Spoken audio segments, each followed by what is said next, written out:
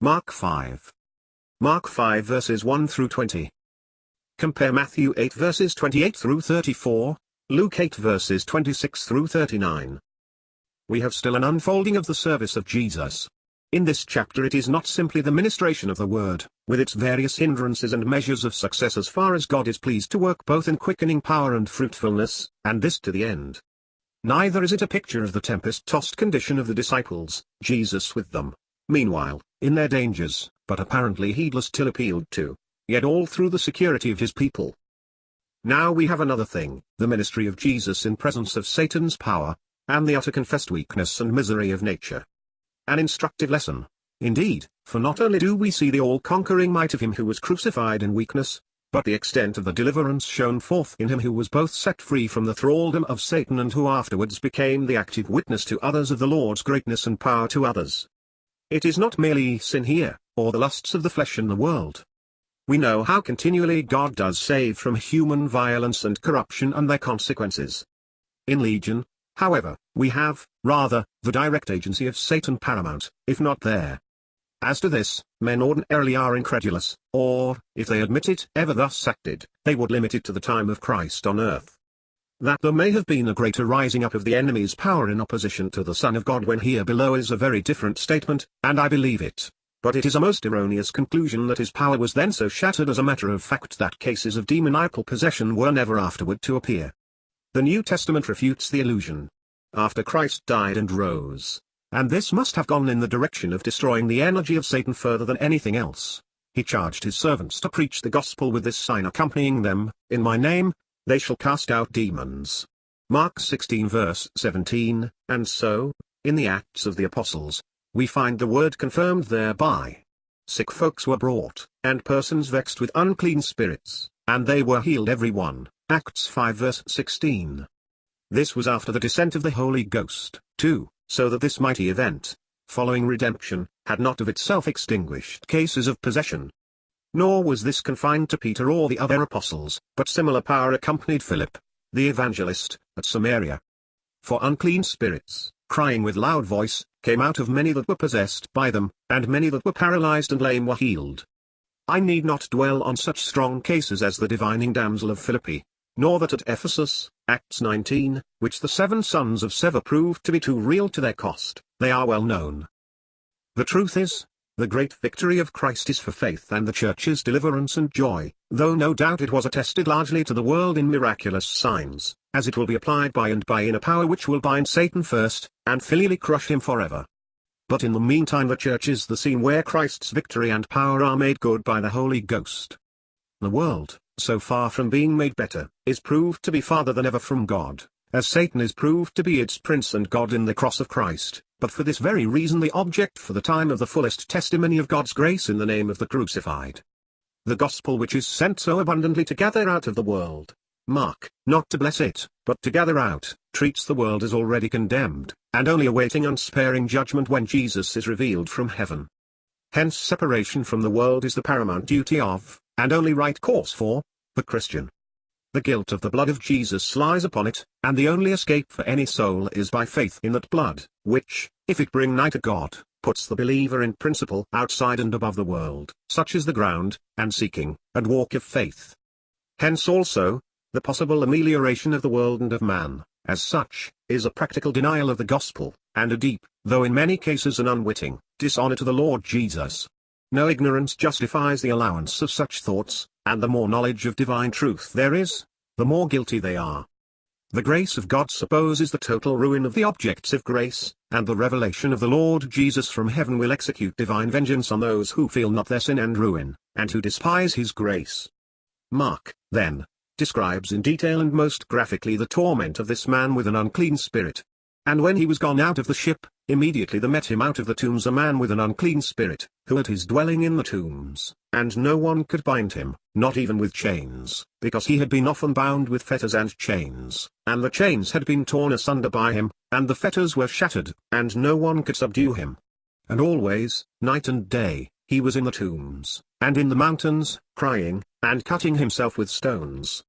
The solitude of death, The rejection of human restraint and influence, the restlessness and the cruelty of that which possessed him, were most conspicuous, but not less so his recognition of a superior power and glory in Jesus. When he saw Jesus afar off, he ran and worshipped him, and crying with a loud voice, says, "What have I to do with thee, Jesus, Son of the Most High God? I adjure thee by God, torment me not."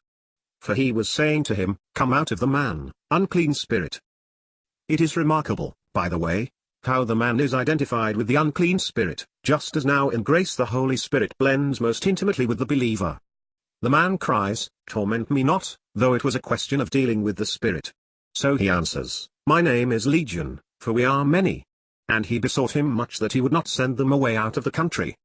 On the other hand, it was of importance to give the distinctest evidence that the dwelling of demons in a man is as certain and real as it is of the utmost gravity. Hence the Lord hears their petition that they should be sent into the great herd of swine which was feeding at hand, and immediately Jesus gave them leave. And the unclean spirits went out and entered into the swine, and the herd ran violently down a steep place into the sea, about 2,000, and were choked in the sea. In some instances the possessed had a serious disease also.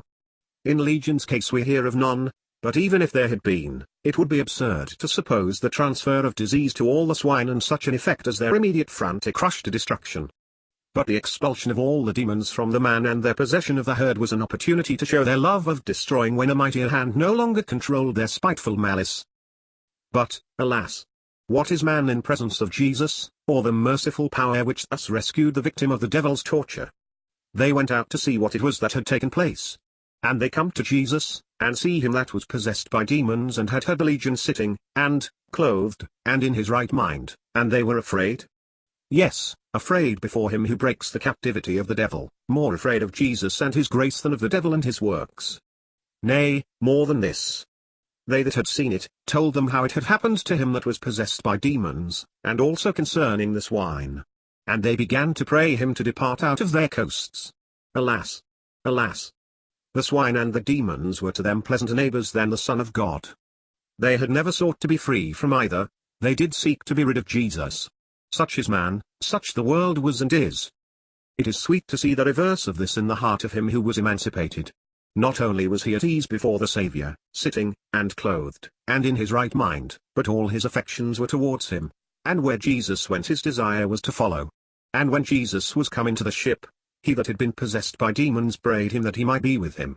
And he suffered him not, but saith unto him, Go home to thine own people, and tell them how great things the Lord hath done for thee, and hath had mercy on thee. The spiritual feeling that knit his soul to Jesus was of God and would be gratified and satisfied in due time. But the grace of the Lord thought of others in this miserable scene of the enemy's wiles, to whom he would bless the testimony of him that had known so painfully the power of Satan.